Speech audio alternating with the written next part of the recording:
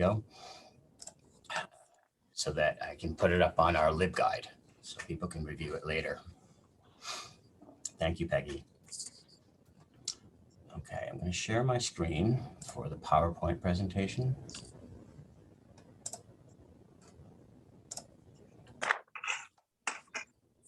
Okay. So the goal for today is we're going to spend the first few minutes really talking about the timeline of this construction aid program. It's about 3.5 years, and there are some important dates that need to be considered.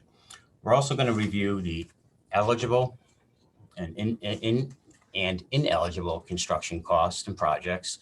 We're going to talk about who got what in 2019 and 2020. We'll talk about legal considerations, other funding sources, and we'll take a quick peek at the online application just so you can see it. But we're not going to dive into that because, as we can see, in July of 29 of this year, we will have a mandatory construction workshop. And that workshop is to talk about the nitty-gritty of the application, all the different boxes that need to be checked and the forms that need to be filled out, and things of that nature. The goal of today's workshop is to get everybody thinking about construction and start defining what your projects are and getting estimates. Because if we wait until July 29th, chances are, depending on the project, it may be too late for some of you to get all the information necessary. And also, we got more funding this year. So we're back up to $1,400,000 that we can award. If anybody has any questions, I'm going to ask you to put them in the chat room. And then after each slide, Anne-Marie is going to let me know if there's any questions, and we'll adjust those as we go. Okay. So before we look forward, we're going to look backwards a little bit. So again, the timelines are so important. And so what we have here is all the previous construction applications for the last few years. And why this is important is because there was legislation last year that extended the due dates of the 2018, 19, and 20 timelines. So we have an additional year to complete those projects. And that was due obviously because of COVID. What's interesting is in 2018, it was a $24 million. And right now we have 2 libraries that have submitted closing paperwork, but have yet to finalize it. And those libraries have to have this done by June 30th.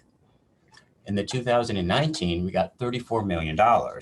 And when we get this big money, we get a lot of applications. And so we had 18 applications that year, and 15 of those projects got full funding. In 2020, now I highlight the 18, 19, and 20 because the application is actually in 2019, but they consider this a 2020 project. So it's the year you submit the application is different than the project number. And these first few numbers here just means it's an SED, State Education Department construction aid. So this is our program. And then this is the year. And then the last 4 digits will be your specific project number. So whenever you're communicating, it's always best to use this project number in your communication, whether it's a DLD or myself. It just helps us point to the exact project because there are many libraries that have 3 applications going on. So in the 2020, there were a total of 18 projects again, and 16 of those projects got full funding. And what's interesting is that we have another year. Now, on April 9th, DLD just sent out an email to all the projects. And this email is in order to extend it for 1 year. So if you've gotten an email regarding this project, you must respond to it. And it's real simple response, but you can't ignore those things. They'll keep sending you emails and then they'll send them to me. And then in 2020, this is where, 2021. So we only got $14 million. And as a result, there was fewer applications. There were 7 applications. And actually all 7 applications got fully funded and we couldn't use all of our funds. And that's because it was just an odd year. It was, COVID happened in March and the application was due in September, and good luck getting a contractor. So the last thing about this is, because the library's got full funding, you have to spend the entire amount, right? So if you put in a project for $200,000 and in reality, the project came in at $175,000, you have to amend your project, find another construction for $25,000, get DLD approval, and then do it. There is no option to not spend that money and give it back. This is all bonded through DASNY, and it has to be spent. And there's also an RCLS board criteria that says if you don't complete your project, then you're ineligible to apply for a project for 5 years. That's never happened because both DLD and RCLS is going to work with any applicant to make sure that doesn't happen. Okay, let's go on to the next screen. So this is probably the most important slide of all of them, right? Because this helps give a good scope of the project, the cycle. So it's actually a 1, 2, 3.5 years we have to actually complete the whole project. And starting with January of this year. So the program timeline actually starts July 1st, but you're allowed to spend your matching funds from January 1st to June 30th.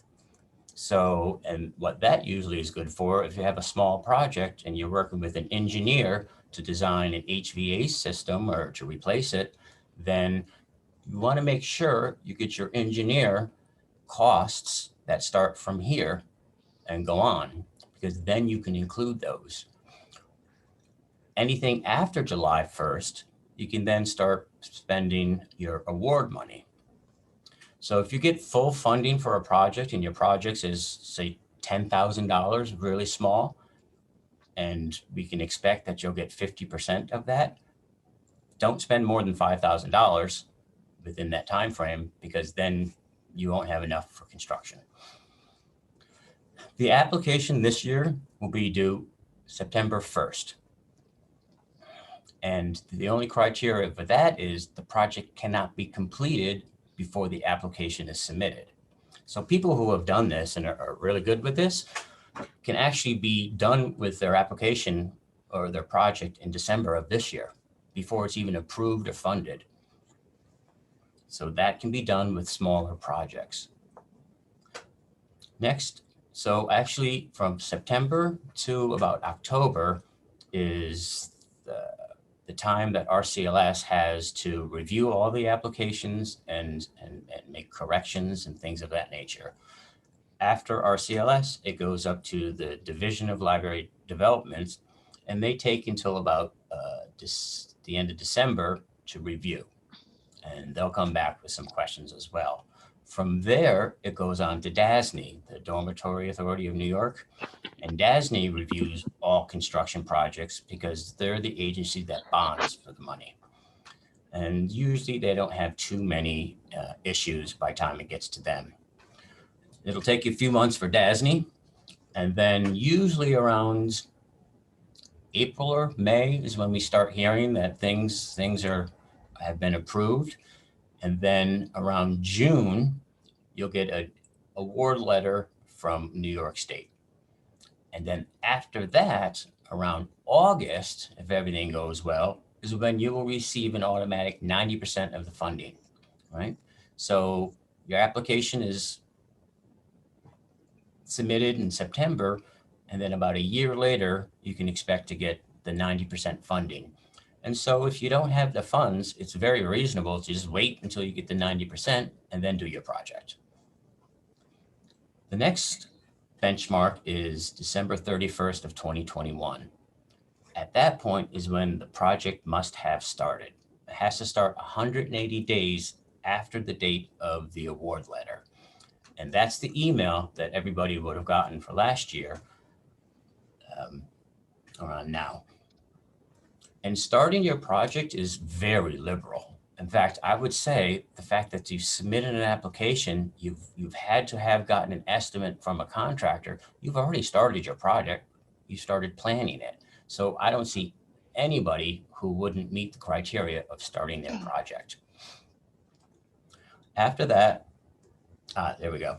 In June is when you have to request a 1-year extension. So, and actually that was April of this year, I misspoke. So, and again, that is just simply we're working on a project. There's 3 or 4 questions that have to be asked. So I've never not seen anybody get an extension as well. From that time frame, we go to June of 2024, and that's when your projects should be closed out. All the bills have been paid, and you're working on closing the project out. You have about 15 days after the June 30th to submit the closing paperwork to DLD. Now, of course, do not wait. If your project is done, you want to start that process, because that process over the last couple of years has gotten much more arduous. DLD has gotten some new staff, and they're much more detailed about the construction closing. And specifically, they're asking a lot more questions, a lot more pictures, and things like that. So you can expect this to take a little bit of back and forth to close the project out. I also want to talk about a couple multi-year planning of projects. So there are always some libraries who have big construction projects. The latest one was Goshen. Goshen built I think it was about a $13 million new building, and they were able to apply for, I think it was five or 6 years of construction aid, and they got over $600,000 out of this. Now, the big project this year and going forward is going to be New City. The New City Library is embarking on a $13 million renovation and expansion project. And so I had a meeting with them and their architects. And for a big project like that, we really want to plan out how we're going to apply this. Because you see, we have 3 years, almost 3.5 years. So I'm advising New City to come in with about a $3 million project this year. And that'll be stuff that happens at the very beginning, the demo, any foundation stuff, and things like that that can be done within this time frame and closed out. And then while they're going, and I believe their construction is slated to start around February. So they're going to apply here for foundations and stuff. They're going to start and demolition. They're going to start here in February. And then in September, they're going to do another application, and they're expecting their construction to be about a year. So we don't have too many things with construction. So the suggestion for them is, at that point, we want to put together a millwork and furniture and finishes package. And that'll be another $2 million or something like that will go. We don't want to do the whole project because they're not going to get funded for it. So we don't want to manage the project in this construction application. And then what we want to do is they're going to be done with construction by time there's another grant cycle. And so here we want to do things that we can tack on to the tail end of the project that are standalone. And some suggestions are like a generator. I think we've given out 9 or 8 awards for generators in the past couple of years. So you would do the infrastructure, you would design your electrical for that. You might even bring the penetrations through the foundations, and then you stop there. And then you can do the generator project as a standalone project after that. So this is how you would do multi-year projects. And if you've got a big project that's multi-year, I would suggest giving me a call and let's talk through it so we can capitalize on this program. And Liberty has done this. They had a big project. The Queenwood Lake Library has done 2 projects, and I think this will be a phase 3. So this is done all the time. Any questions? Stephen, you have one question. Will we all get 90% this year? So we're going to talk about that later on, who gets what and why and how that's determined.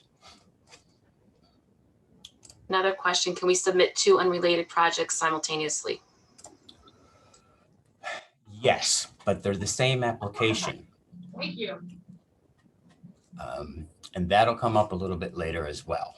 So we're going to stay with the timeline for now. And this is really just what we spoke about earlier, but the same information presented a little bit differently. So this is the whole time period in which we can do the project from January 1st of this year through June 30th. We can only spend our matching funds.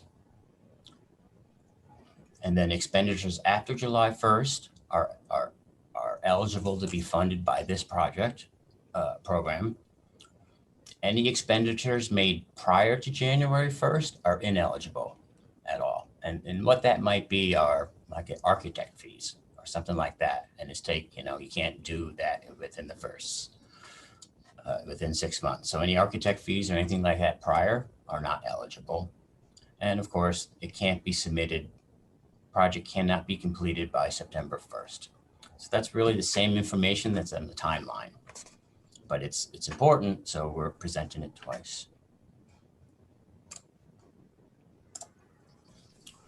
Okay, so let's talk about eligible costs.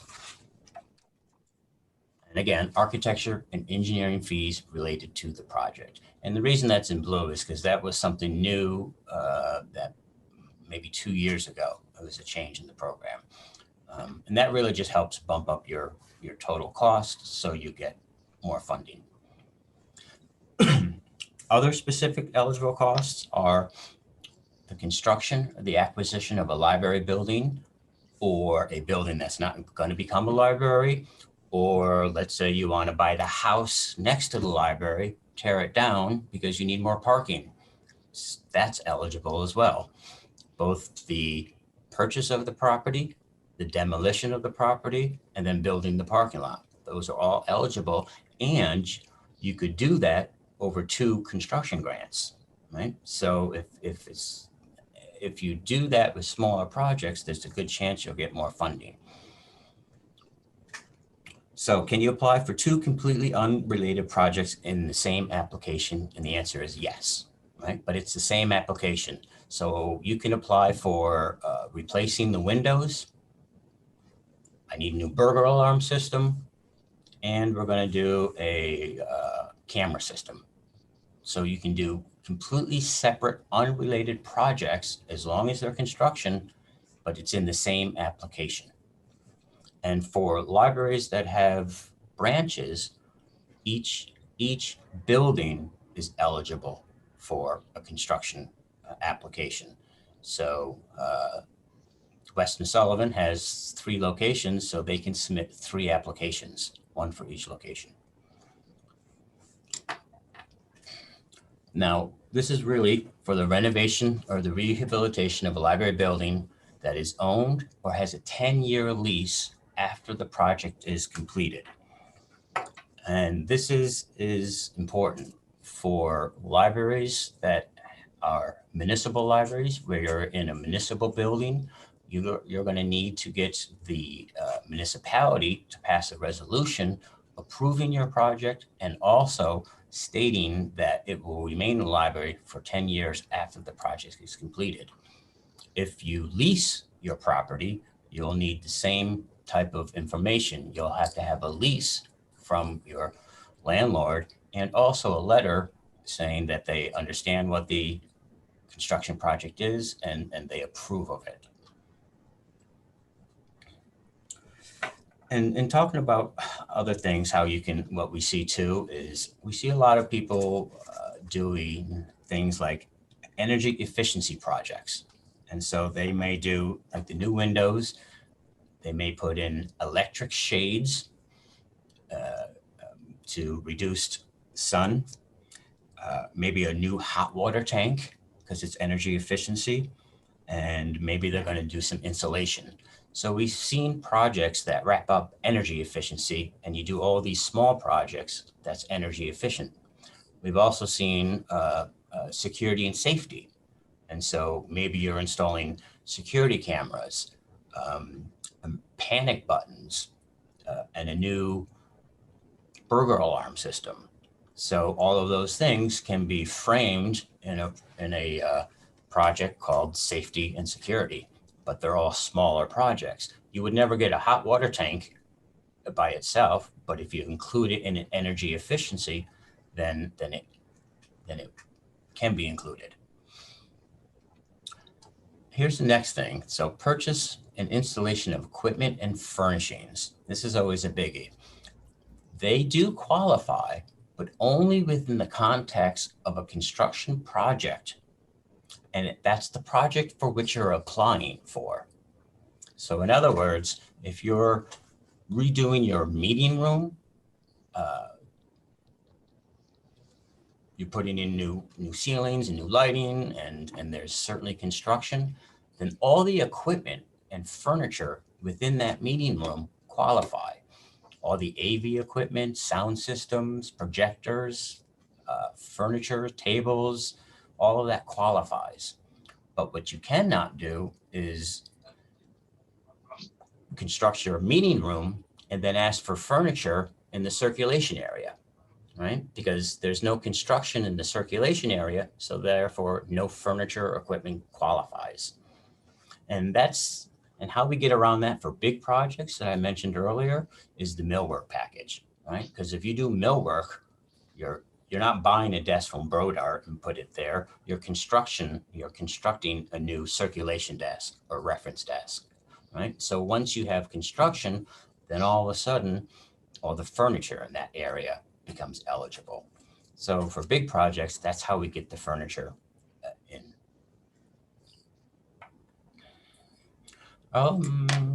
Also something new, supervision of the project, clerks of the works, that qualifies. Now, of course, for all of this, for anything that you're applying for, you need an estimate. So if you have a clerks of the works, then you'll have to get the estimate and the timeframes. Some standalone projects that qualify: a generator, exterior signage to a library. I think Cornwall did an exterior sign as a project, and also broadband is eligible. Now, let's say there are some other things to consider. Oh, wait, before we do this, there's two more points. Costs outside of bonding. If you do bonding for your library or any project, then you can apply. Anything that the bond money is paying for does not qualify for construction aid. It's going to have to be anything outside of the bond.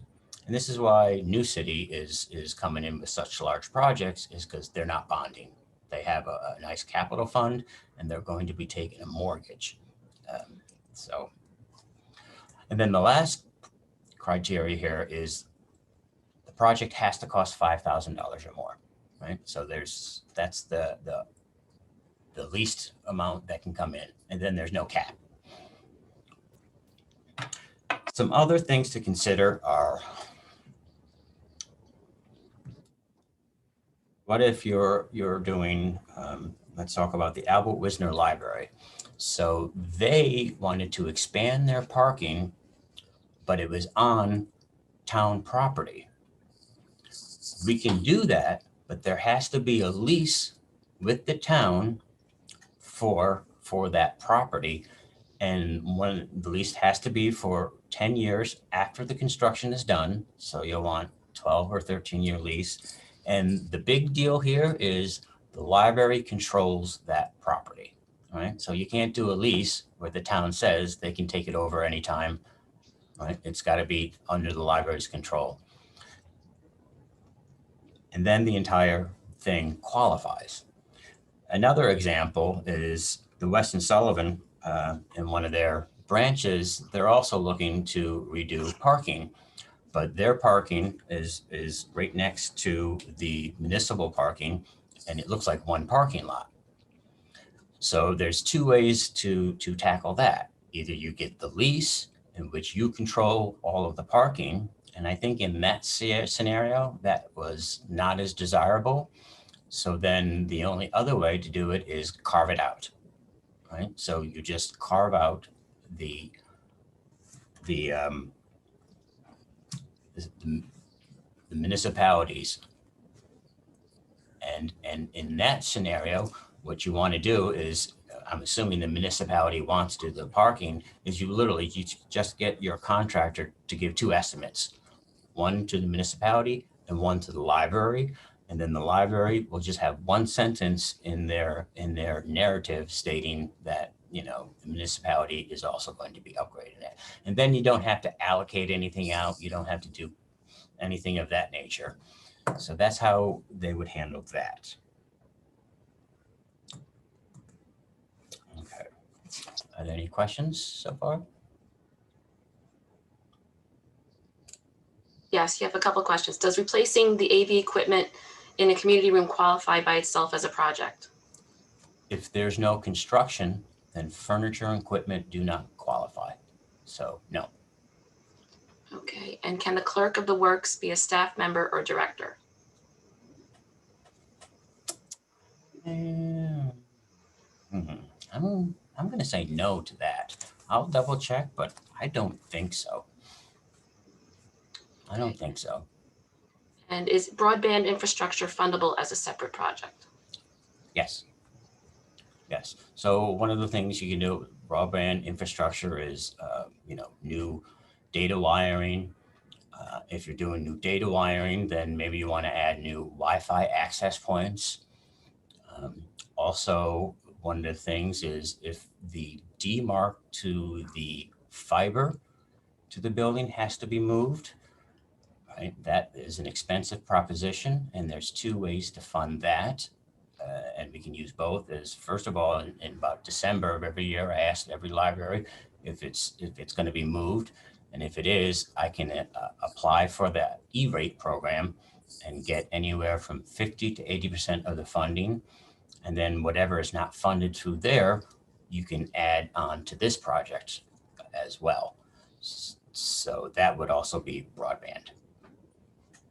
And then if you're doing broadband, then maybe there's some equipment that applies, right? Maybe there's a server or the racks. Can you combine security and energy efficiency projects in one application? Yes. Yep. There is no limit onto the number of individual projects you can rack into one big project. So you can replace a door over here, replace a window over there, and that would qualify.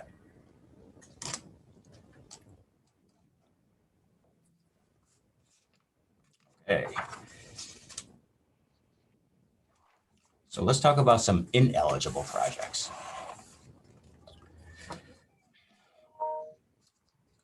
So if you are a school district library where the school district owns your building and your project is more than $10,000, you're required to get a New York State SCD Office of Facilities permit.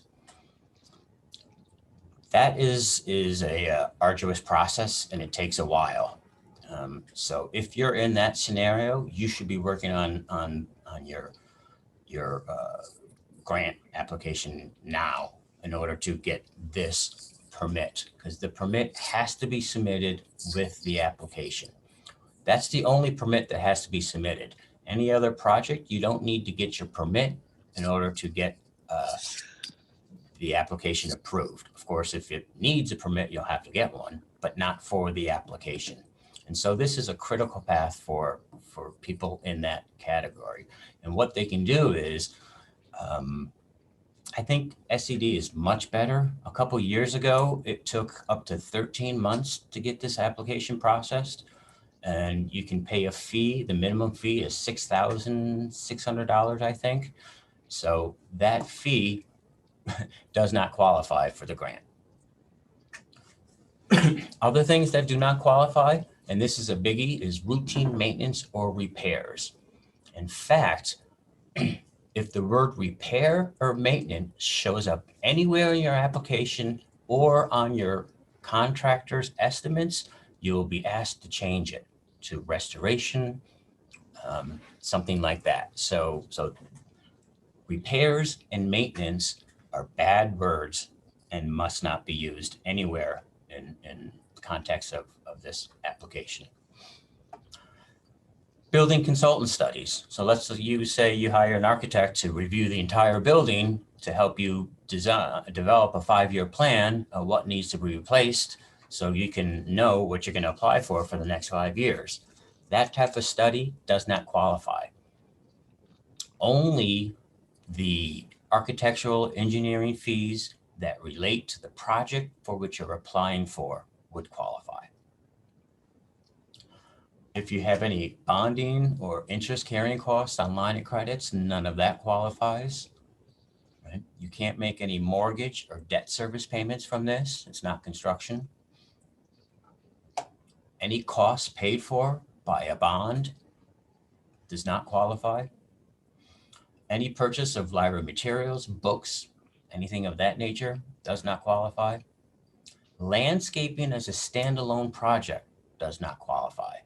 However, if you're installing a generator and you need to rip up your front lawn and then you want to put hedges around the generator, well, it qualifies like furniture because it's required as a result of construction.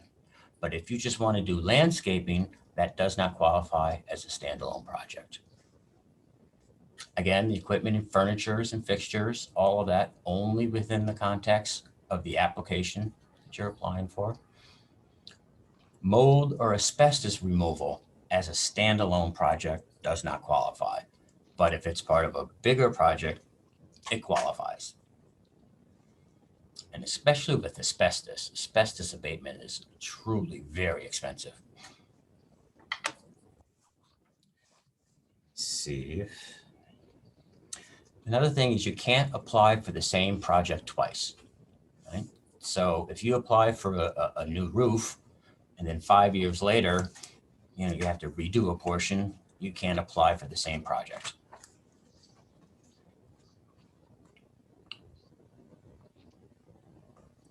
Okay. Any questions about ineligible?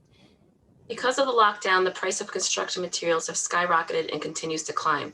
How can we submit numbers that we know will change by the time construction begins? So that's a toughie.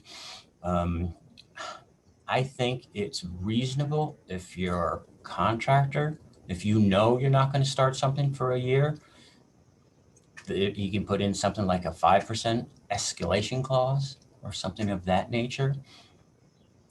And that I would only expect on bigger projects. If you've got a small project, a $25,000 project, $50,000, I don't think that would pass, right? So this is only going to work on bigger projects. That's a good question. What about the word replace? Say we need to replace our bathrooms. No, you're going to renovate your bathrooms. So, and that's the type of stuff where on the mandatory workshop, we go over that in detail. And these are the things that I catch also during my review process. What if we have some fencing out on the property and because of the paths people are choosing to walk now, for safety reasons, we need to add more fencing? Would that qualify? If you have a wooden stockade fence, I don't think so. Fencing has always been not usually, no. As part of a bigger project, yes, it qualifies. If it put fencing around your generator, then that qualifies. But usually fencing doesn't, unless it's a substantial fence. I can think of like the Goshen Library has this historic fence in the front. It's cast, it's all iron. And so if you're restoring that and you're putting in concrete footings for this and that, then I think that would qualify. So I would say reach out to me afterwards with more detail about the fencing project, and we'll see if we can't wiggle it in. And what we'll do is with more detail, then I'll reach out to my contacts at Division of Library Development and see how we can try and make this work.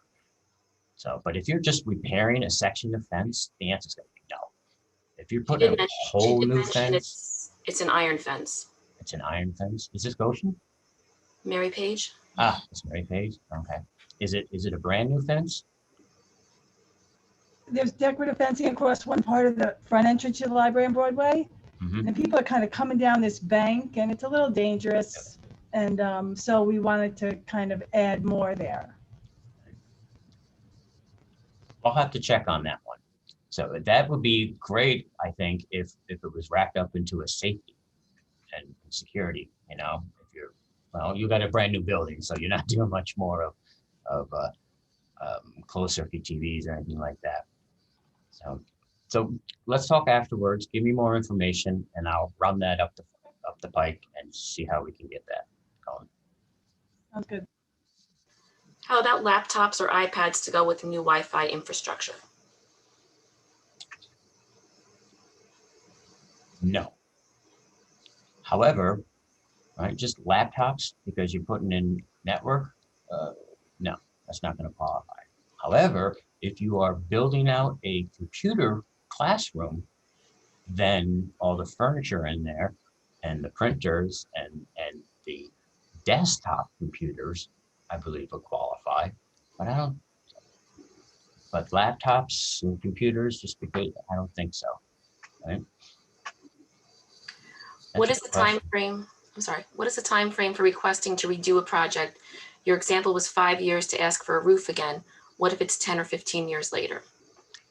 Yes. So after 10 years, yes, because they use the IRS's determination for what a capital expense is, and I believe 10 years. And also that is the assurance that has to be made from property owners and municipalities and the board when they sign, is that you're assuring that this will remain a library for 10 years. So that, I think, is the benchmark. After 10 years, you can apply for construction again in the same area. And Goshen wants to know, what about a safety fence? Again, I need much more detail about exactly what that means. So for that, talk to me afterwards. And specifically, if you have an estimate or a drawing or something or some type of fence that's selected. So we'll have to know more about it. And then again, my job is to try and make it work for you. So that's where I'm coming from. Is there any special priority or consideration given to green projects, such as rooftop solar or replacing an old failing HVAC system with geothermal? So that is a priority of the construction grant program. However, it will not get you any more money or anything of that nature. And one of the reasons is because RCLS funds every application that it meets the criteria.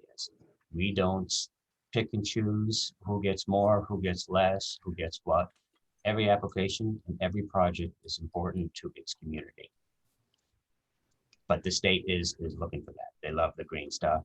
Legislators love that as well.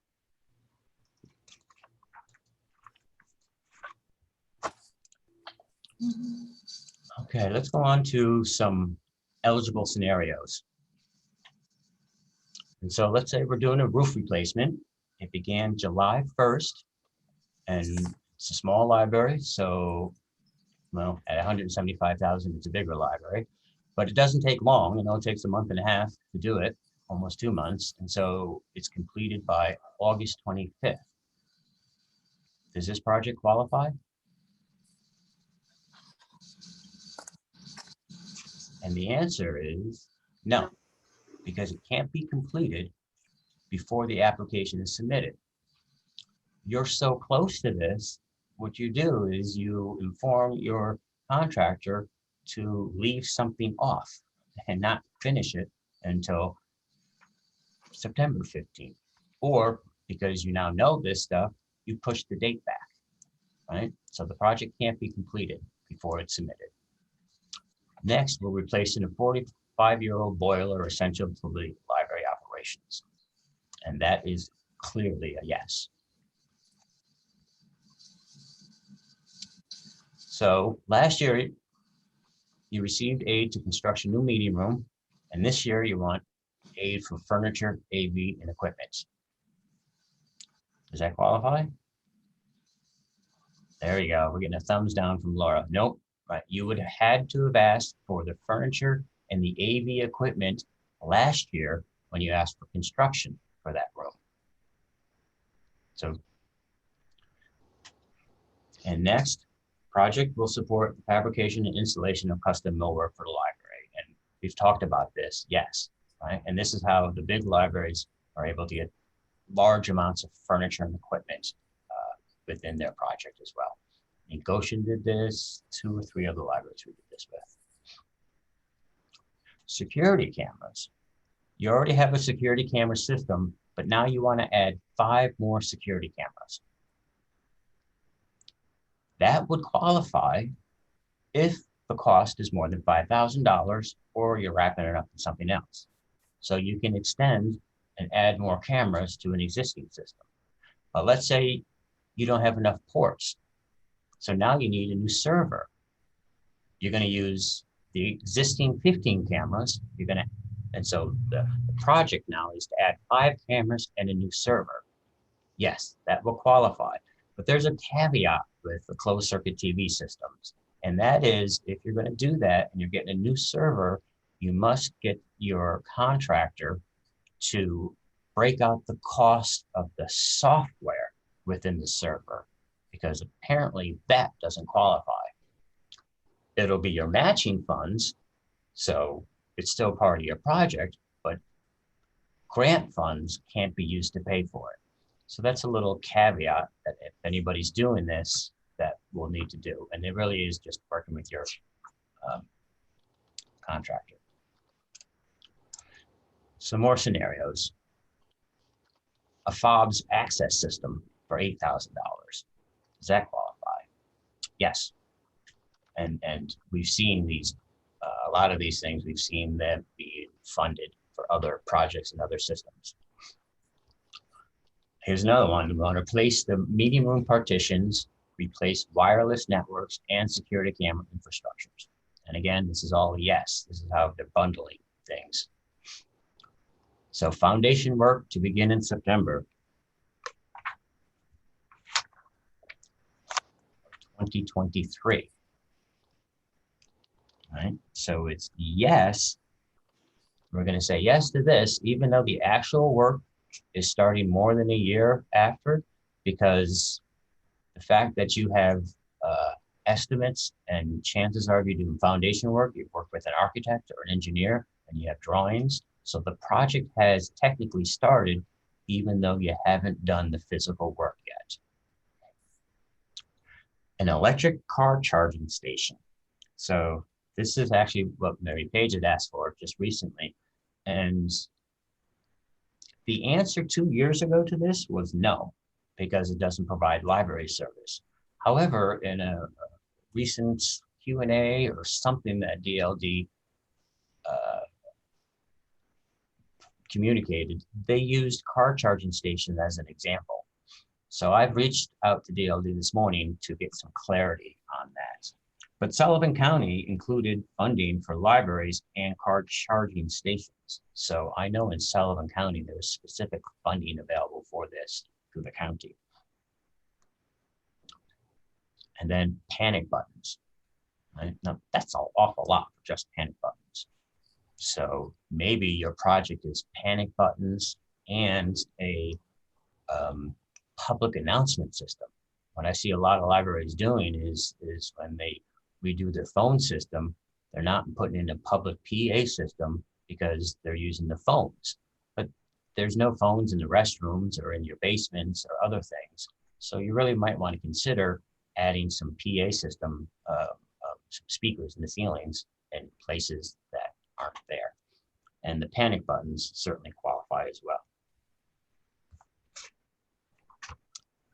Any questions about projects eligibilities? Okay. Can So you now- just, Stephen, can you just go back to the charging stations for a minute?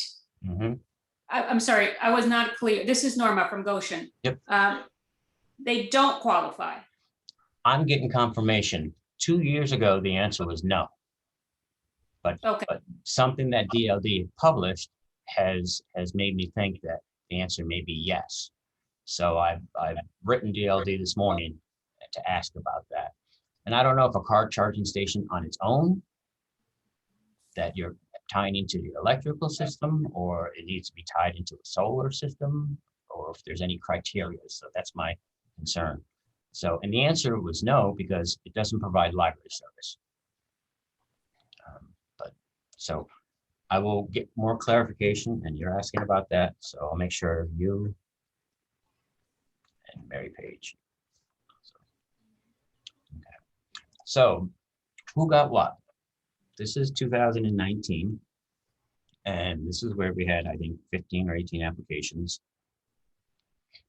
And these were all the projects: generator, HVAC, generator, mammicating. This was the first time a project was not approved, but we were kind of 90% sure it wasn't going to be approved. And so we decided to go ahead and submit it anyways to see if we could get it. And unfortunately, we couldn't. So that was the only time.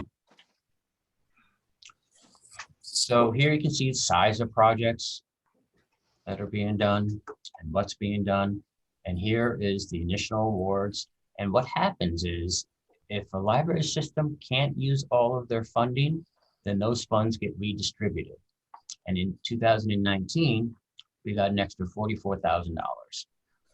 RCLS will get 4.15% of any unused funds. So this is why we're advising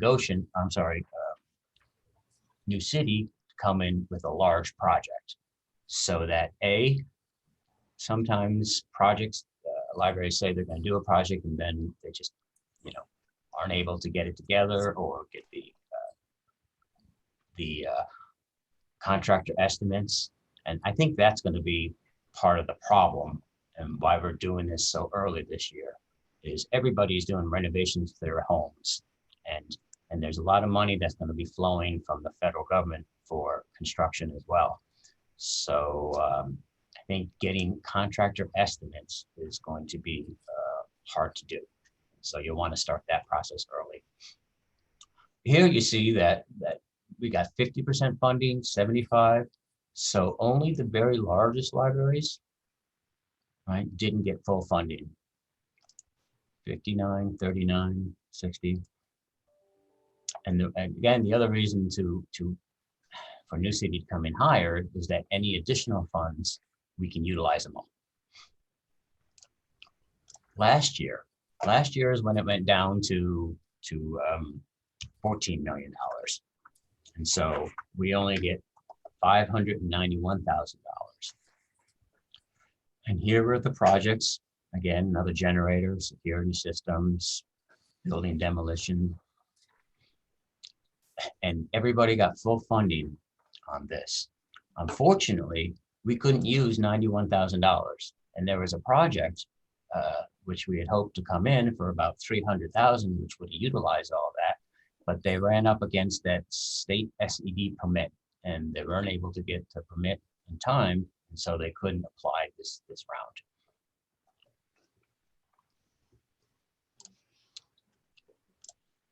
Okay, so now the big question: how much money do you expect? Are you going to get 50%, 75%, or 90%? So this is how much we have this year: $1,437,019. Because of the New City projects over the next 3 years, we will utilize all of our funds plus some more. So if the total applications are double that, then we can expect everybody to get full funding.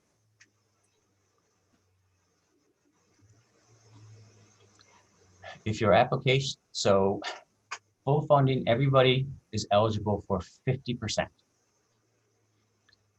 You can be eligible for 75% if your community is in an economically disadvantaged area. And that economic disadvantage is defined as by how many students within the school district that you reside in participate in the National School Lunch Program.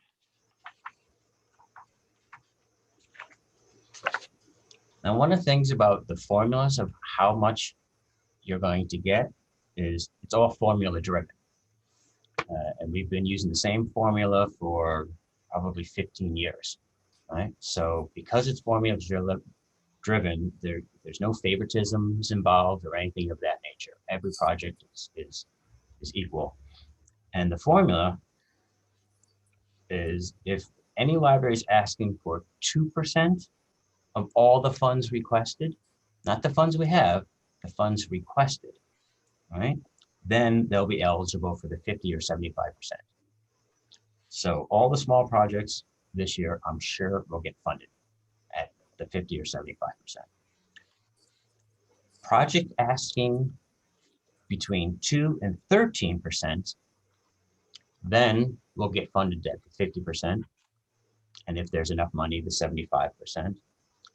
And then any libraries or projects that are requesting more than 13% of all the funds, the remaining funds get distributed.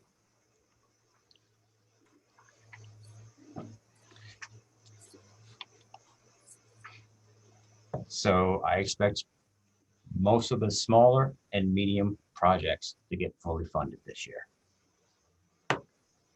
RCLS is also going to be applying for a project. We're going to be redoing our parking lot, and that's probably going to be 175,000-ish. I don't know. We're just starting to put together our request for proposal, and we're eligible for 50% funding. So we'll be taking that off the top. 90% funding. Nobody will get 90% funding unless all other projects are funded at the 50 and 75% level. That's not going to happen for the next few years, so I don't expect anybody to get 90% funding. To be eligible for 90% funding is extremely difficult. You have to meet the National School Lunch Programs, and then you have to show me that you're broke, right? And we tried to do that last year with 2 libraries, and we got halfway through the process and we just couldn't make it work. So I doubt there's going to be many libraries at all that will ever get 90% funding in our region. This is really advantageous to upstate New York, where it's much smaller libraries and they have some real economic challenges. If I believe that there won't be enough funds and we can do this and we have enough time, I will try and work with libraries again. But again, there's only going to be a few of them. I think Port Jervis, Finkelstein, Fallsburg. So there's not many that'll qualify. And here is how that has worked out. So this is actually from March of 2019. So I haven't updated this schedule yet because we have to use March numbers for the National School Lunch Program. And back in 2000, when did we do this? A few years ago when we got $34 million, I worked with the Division of Library Development. Previously we said if 50% of your students were in the National Lunch Program, you were eligible for the 75%. So it would have been cut off here, but we worked with DLD to lower that number to 35%. And so now all of these libraries became eligible for up to 75%. We'll redo the numbers this year. And so maybe these are the ones that we have to look out for to see if they've moved up or down to be within this criteria. So if these are the libraries which are eligible for 75% funding. If you're not here, then you're not eligible. It's only 50%. And then probably these libraries that are in the 90% range and can show me that they have no money whatsoever would have been eligible for the 90%. But I don't expect that to happen for the next few years because we have a large construction project coming through. And so again, nobody's going to get 90% until everybody who gets 50% gets 50%, and everybody who gets 75% gets 75. Any questions on that? Stephen, with your 2019, who got what? Greenwood Lake said they got 305,000. And Sloatsburg got 28,363.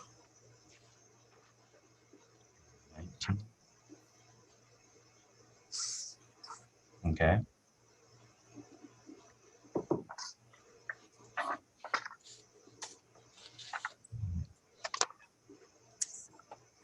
Any other questions? Nope.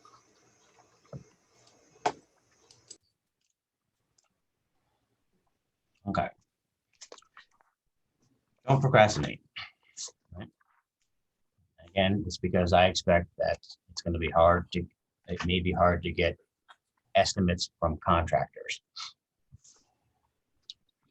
Another issue is well, before we move on to that, let me share a couple cautionary tales.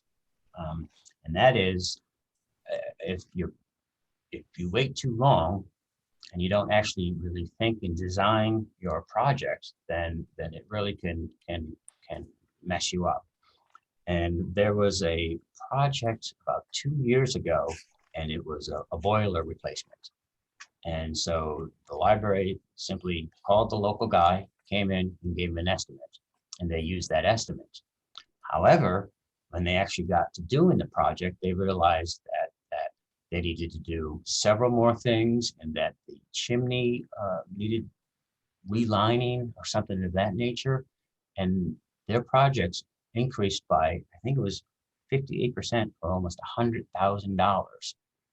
Now they could have applied for that $100,000 had they done the work up front to really define and find all the issues.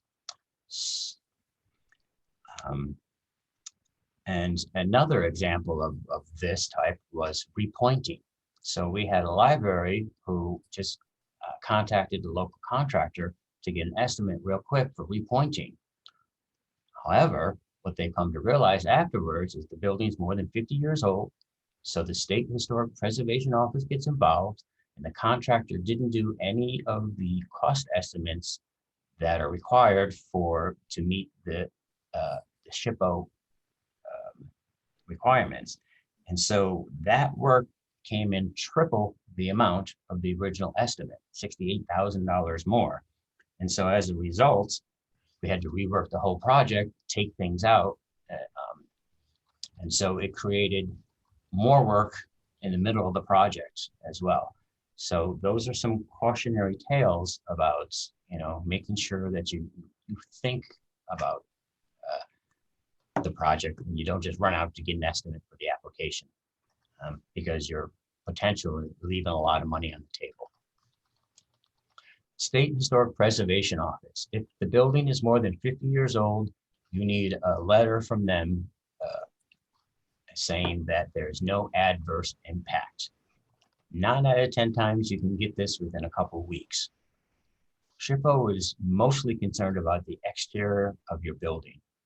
And again, there's a cautionary tale, and that is windows. So there was a project that was replacing windows, but they needed SHPO approval, and they didn't leave enough time because SHPO didn't like the windows that were selected. So they had to go back, select more different windows, working with the architect, and reapply. And there wasn't enough time to do that, so the project had to wait a year.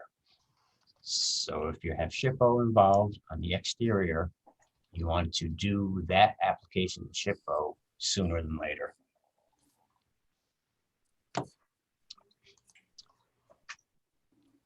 Some other things, if you're doing energy upgrades, like the like LED lighting or something, on bigger projects, you should work with NYSERDA, New York State Energy Research Development Agency. They have programs in which they will give you rebates. Again, unless you're doing a big project, I think in Nyack, we did a geothermal system, we did light harvesting, LEDs, and altogether we got 35,000 out of that. So also speaking about LEDs and relamping. So that's a big project I see coming through. If you are in a public library, which is a municipal, a special district, or a school district library, you are subject to prevailing wages. In that case, I would work with your utility company because they all have programs that will help fund this and give discounts. If you are an association library, you are not subject to prevailing wages. In that case, I would get an estimate from your utility provider, but they have to pay prevailing wages. And what I found out at RCLS when I did this, we're not subject to prevailing wages.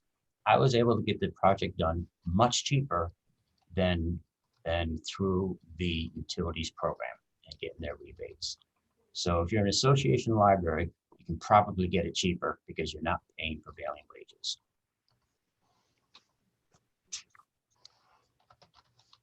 So if you don't have a login for the construction application, you can email me. We'll help you get one.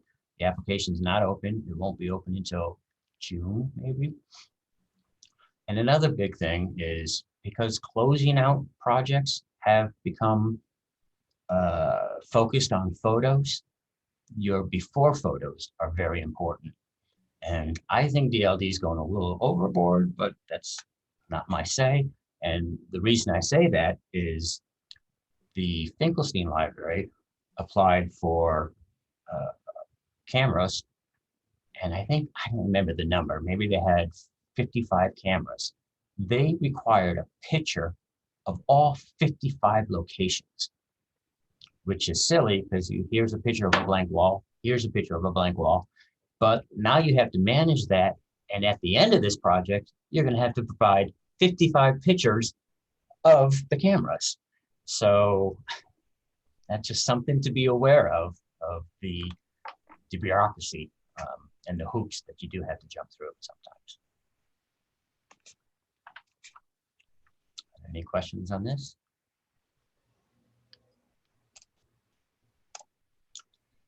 Okay, so I just want to touch on this because we're talking about construction, right? And so there are legal considerations. And you'll see on the side, association libraries are exempt from many of these things. I think we have 17 out of the 47 libraries in our area are association libraries. So, but if you're not association library, you are subject to general municipal law and you are required for construction over $35,000 and for equipment and supplies or services exceeding $20,000 to do requests for proposals. Now, if you're an association library, I don't see why you wouldn't do this either, right? This seems like a no-brainer. You would have to do this as well. General municipal law also requires for anything that is below this amount, you have to have a procurement policy, right? In fact, every library should have a procurement policy. And so if you're going into a large construction or even little construction, then it's time to review that and make sure that it's going to work, right? And especially with large projects, you know, who can make decisions at what levels? And that's, you want to work that out before those decisions get made. And here is a link to a New York State Controller's publication about seeking competition and procurement. Prevailing wages, we talked about this a little bit, right? So any library that is not an association library, you are subject to prevailing wages. And again, this is where you want to get your architect or engineer to come in and let them establish get the state established prevailing wages for their trades and stuff like that. We did a workshop, I think it was maybe 4 years ago, and we had the Department of Labor in here to talk about specifically prevailing wages. One of the things that we learned also is not only do you have to pay prevailing wages in construction, but also in building services. So if you're hiring somebody to change your light bulb and it's not your employee, you're supposed to be paying that person prevailing wages. But we also learned that they're only interested in big projects. They're not interested in that. And so unless somebody's tattling on you, they're not going to come looking for that. They're only interested in the big projects.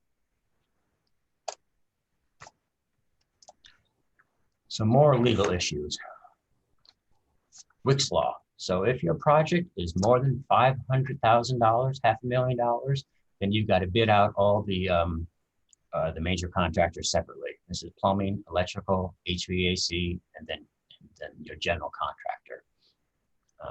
So if that creates more work because now you've got to manage 4 contracts, negotiate them, and everything else. So if you're on the cusp of this, it may be beneficial to keep it under $500,000 so you can do everything through one general contractor. But again, that's very specific to your project. A few things about contracts. Make sure that you have contracts with everybody as well, or detailed estimates.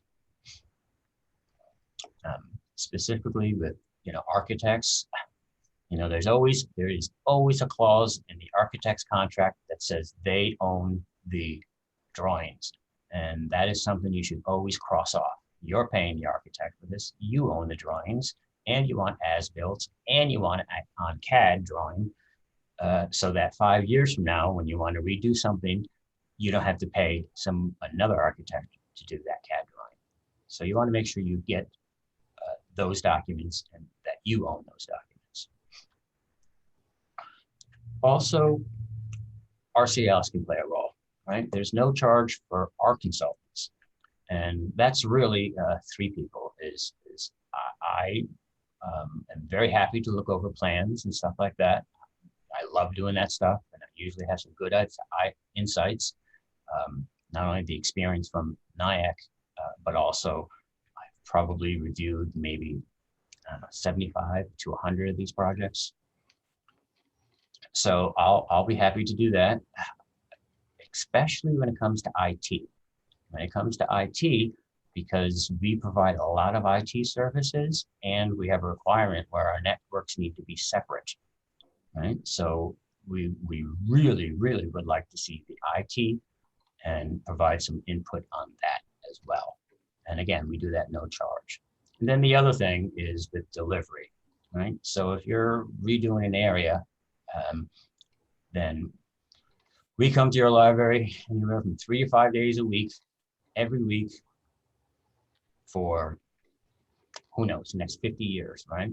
So we want to create a workflow where our delivery guy isn't going through your front door, past the people at the front desk, tracking snow and mud through your new carpets every day. So if we can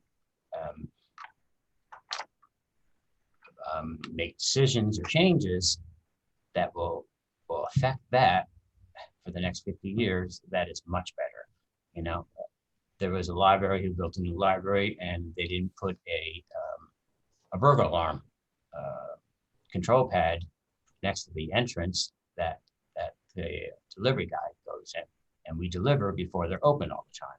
So that's the type of thing we're looking for as well.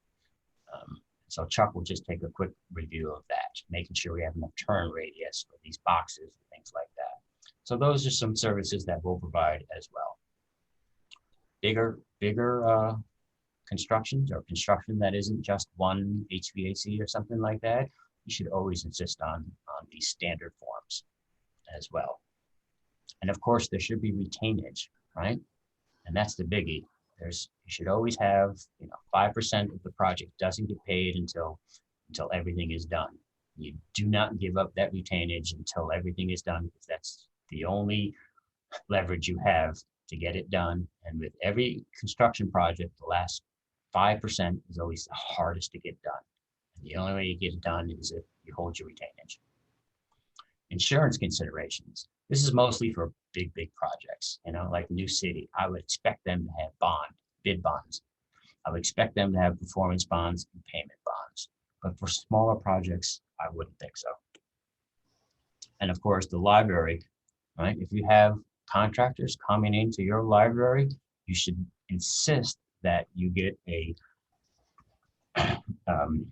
library listed as additional insured for liability and property, and you get those certificate insurances, right? There's no reason you should be insuring your contractors, right? If they get hurt on the job, it should be their insurance, not yours.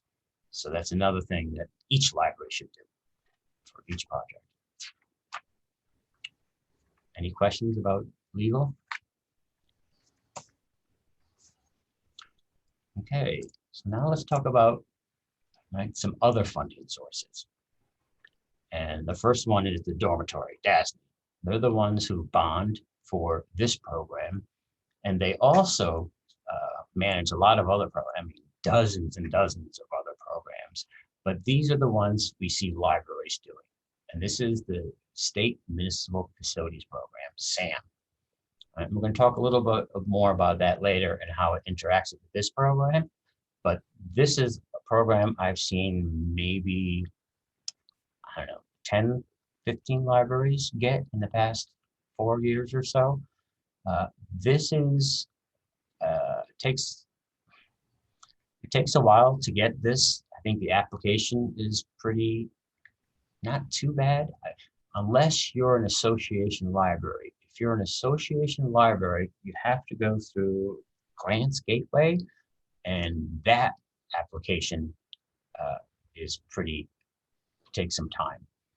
But for public libraries, you don't have to go through that. It's a pretty simple application, and this is one, in fact, all three of these programs, you need your elected officials on the state level to sponsor these and champion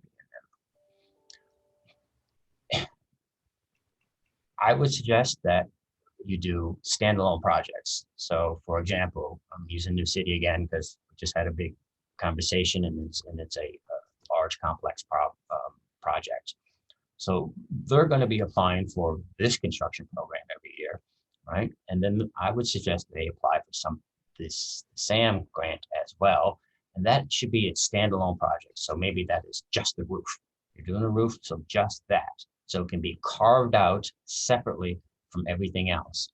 When you ask for the same projects, what we're seeing is libraries are having to amend these projects left and right to make them work. So if you can carve them out separately, it will be much more beneficial to manage. The Community Capital Assistance Program, I think Monticello, you got what, $200,000 out of that for furniture and stuff a couple years ago.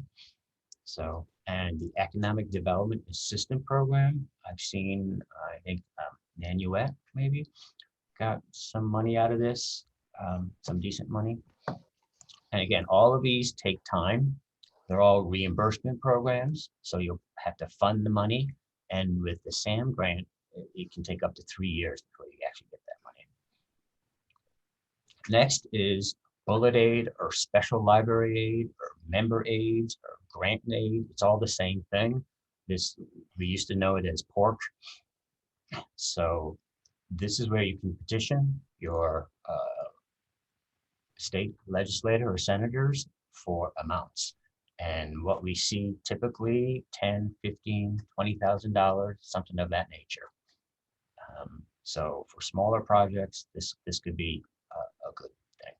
Also, your regional economic development councils could be an opportunity. We talked about NYSERDA, again, especially for new construction or anything in energy efficiency. It takes some time for that application. So I wouldn't do that if you think you're only going to get a few $1,000s. I would do that application only with bigger projects. And I always talk about this because I think this is brilliant. This was the West Nyack Library a few years ago. They did studies to find out exactly what they needed in projects. They needed a roof, they did a generator, they did tension walls, It's like 3 or 4 other projects. And what they did was they asked their taxpayers for a one-time increase of $500,000. So that's not their operating budget, just one time $500,000. And then they use that money over the next several years and they used the construction grant program as well. So they're able to utilize all of that and have this money separate aside. And so that was just awesome, I thought.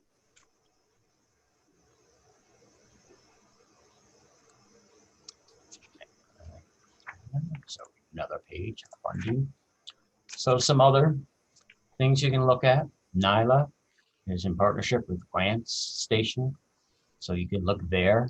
And these will be smaller projects. Maybe you're doing construction of a tutor room. And so this might actually be better for programs. So maybe you can do your construction and then use these grants to fill out programs in the space. Suffern and Newburgh have a database called Foundation Directory for Professionals. And I believe Newburgh is doing a workshop on this next month. So this could be an area where you can look to see if there's any monies. Utility companies, again, I would look there. Banks, your local bank that you use, or credit unions, right? You should ask them. Family foundations, you've seen these come through, and I think it's the Kurtz Foundation in Rockland. They're big library supporters. But there is one thing that's missing here, and that is your friends or foundation, right? So that's another area, especially if you're a public library, your friends should be fundraising on them.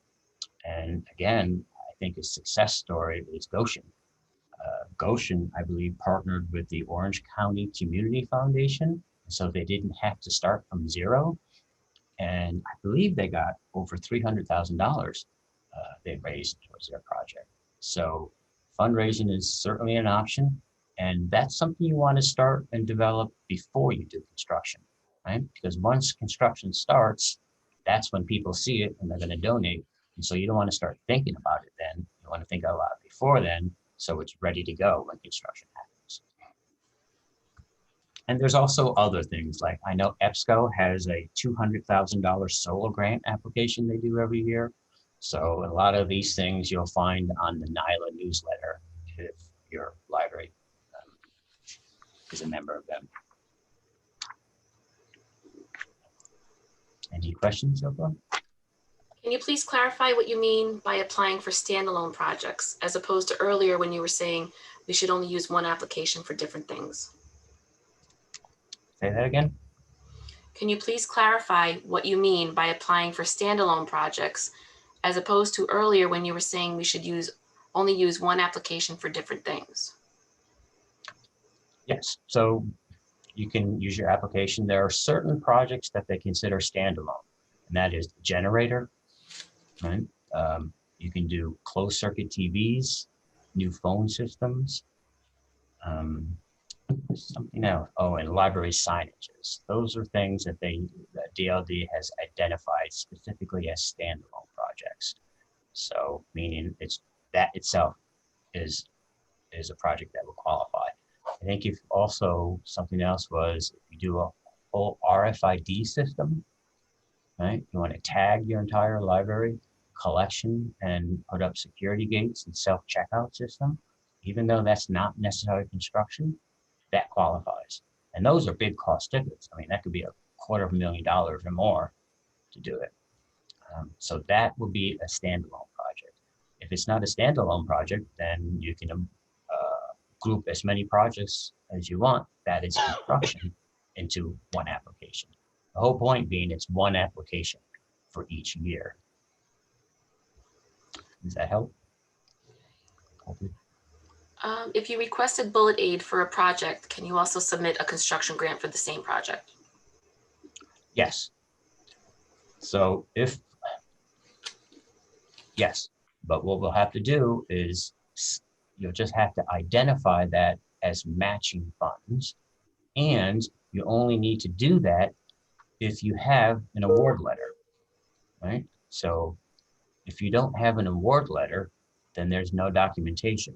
And that's where some libraries get in trouble is they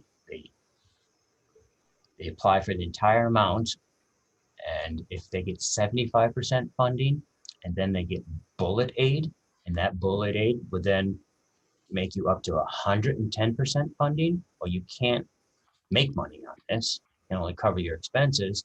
So you're going to have to go back and adjust your bullet aid or increase your construction grant. So that's where you get caught, is you can't do more than the project. Any other questions? Do funding sources take into account funds received from other agencies and reduce or deny funding accordingly? Plays right into my next slide.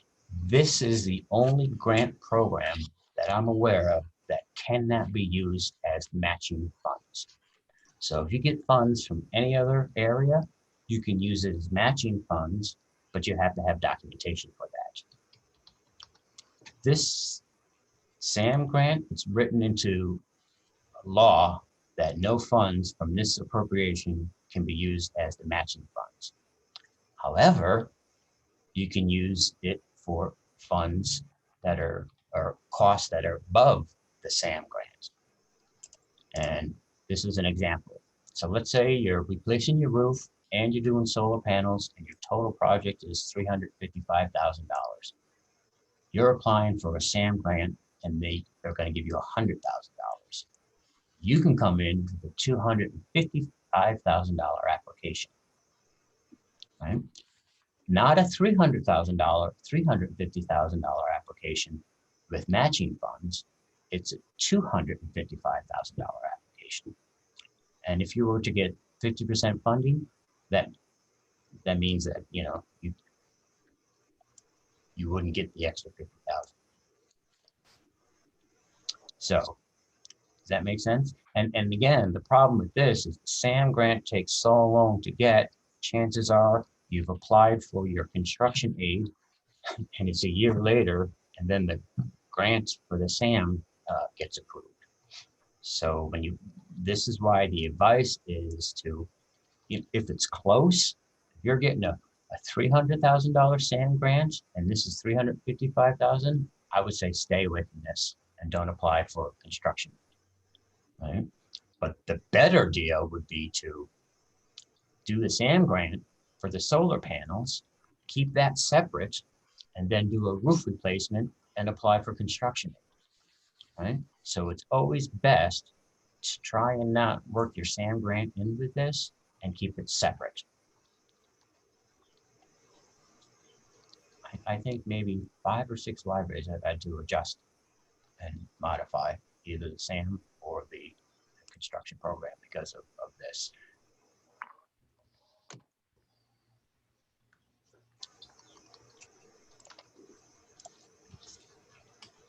Okay. So of course, the library board has to approve all of this. And just in thinking ahead, this is kind of a sample resolution. And actually there's an assurance page. And that assurance page has doubled in the number of assurances, and specifically around the SAM grant. In fact, if you have any SAM grant, you have to identify it and make a statement that it is not part of this grant. So this is just thinking ahead for your board resolution.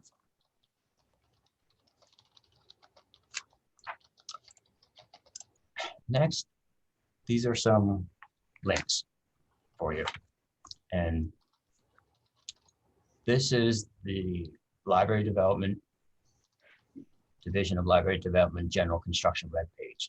This is, if you click on this, they have a lot of great information. There's a whole, one of the best is the frequently asked questions.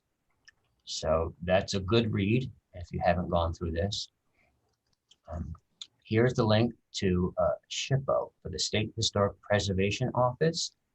They have a agreement with the Division of Library Development on what activities are exempt, and there's a lot of exemptions. And typically what we see are if you're doing a new HVAC system and you're not making penetrations through the walls of more than 6 inches, you're not disturbing historical moldings, then you're exempt from this review. So a lot of libraries will be exempt from SHPO review based on this. And this we're going to go over in detail at the mandatory construction, because you have to take that exemption and put it into the application. But if you don't do the exemption, then here is the link to the online application. And this can take you a day to complete this if you haven't done it before. It asks an awful lot of questions about your building. So that is something that you don't want to wait too long on. Last year, RCLS, we created a LibGuide because everything went online. And so there's a link to the LibGuide, and you'll see last year's presentations information. And then I started a new one for this year, and we have this program. Closing out construction grants, again, has become much more challenging. And so there is information about that. And before you close out your grant, I highly recommend you read that. It'll help you with that process.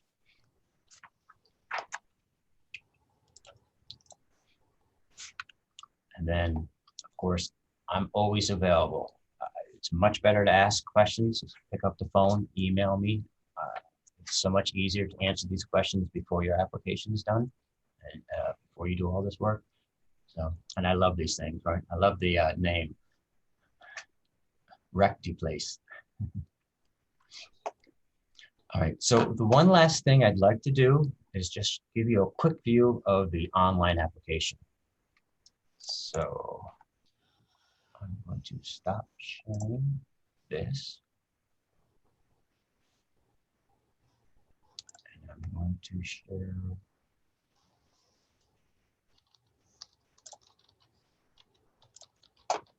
here. So here is the LibGuide that we just spoke about on. So here last year, there was last year's workshop. We only did the mandatory workshop. And then there were handouts. There's an assurance, the exemption we talked about, the awards, and closing out the projects. So for this year, it's this presentation, closing out the project. And I put this in here because this really is just a great overall view to help scope things. And now, how do I move this? Okay, so I've logged into the construction grant application portal. And I clicked on last year, right? Which is why we're getting this warning, because the portal isn't open yet for this year. And so this is what it looks like. Great.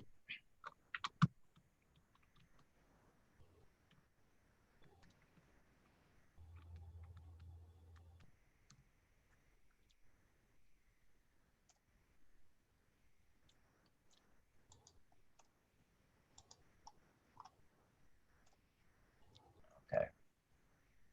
So an application is all these things. Now, here's the beauty. If you guys have, if anybody has applied for this grant program prior, you're half done, right? Almost many of these answers are going to be identical, right? And also on many of the other forms. So if you've done this application before, then it's much easier. If you haven't, then make sure you give yourself more time because there's just a lot of details. So you have to fill out all these things, additional funding, your narratives. This is what really requires a lot of work and we spend time on because you have to talk construction, right? The money is, the funds are paying for construction. So I want to hear about concrete, steel, you know, those type of things. What I don't want to hear about, or they don't want to hear about, is programming, because these funds aren't paying for programming. Even though if you do a new meeting room, obviously you're doing program, but it's paying for the furniture and the equipment and that. So these are, I won't go through them all, just to give you a thing. So these are the things you fill out online. And then these are all the different types of attachments. You have to certify proof of funds that you can afford the project. This is the new assurances. There's a lot of forms. Can you see this? Hold on. Can you see the PDF that came up? No? Okay. Well, actually, I'll download this and put it on the RCLS LibGuide. Because that's always something that works well. Here, go back. So there's environmental assessment forms. There's construction building photos that we talked about. Now, let's say you're doing a millwork desk. So you'll have a photo of the building and we'll want a sketch from your architect or millwork provider of what that desk will look like. If you have architectural drawings, we'll want to see those. However, like for New City, they're going to be multi things. So they'll have the architectural drawing, but they're going to highlight or outline, you know, what this specific application is for, because it's not for the whole thing. Here's the minimum 10 years of lease.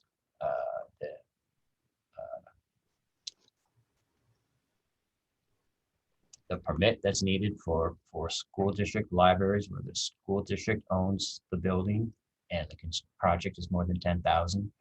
SHPO, vendor quotes and estimates. And again, it can only be from contractors. It can't be from architects and it cannot be from engineers.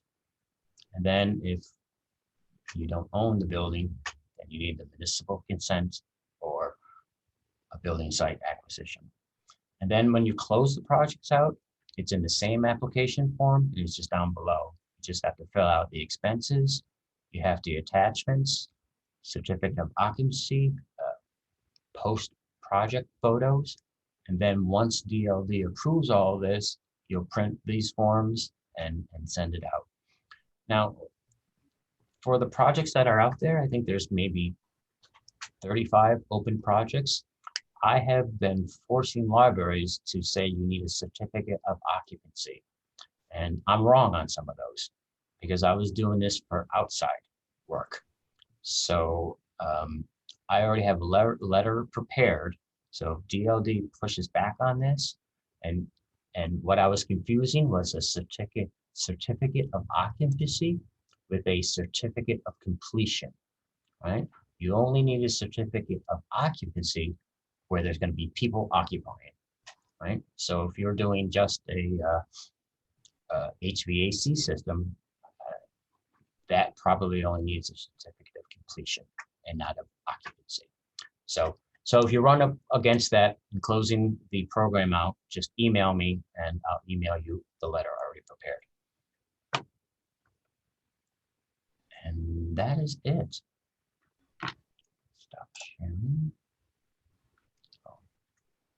Okay. Are there any questions? No? All right. So I have a couple things I'm following up on. I'm following up on the fence. So Monticello and Goshen is going to reach out to me with some more information, and then we'll see how we can wiggle that in. And also for the car charging stations. And then what also, this workshop is eligible for 2 hours of continuing education credit. So if you want that, then email me and we'll do that. And for trustees that are on it, you know, trustees are required to do some training, and this gets reported on the annual report. So this would satisfy that as well. And that's it. This was the easy one. The hard workshop is the mandatory one. So, and with that, in order to qualify, the person who is applying or who's going to complete the application is the one who's required to go. So in other words, the director can't come to this program the mandatory one, and then ask the engineer to complete the application, right? The engineer would have to be at the program. And in that case, it would probably be denied, or they'll give an opportunity to redo the application. So we've come across that once. All right, I think the last thing to say is I'm available. If there's any questions, that's what we're here for, to make it work for you guys. All right, have a good day, everybody.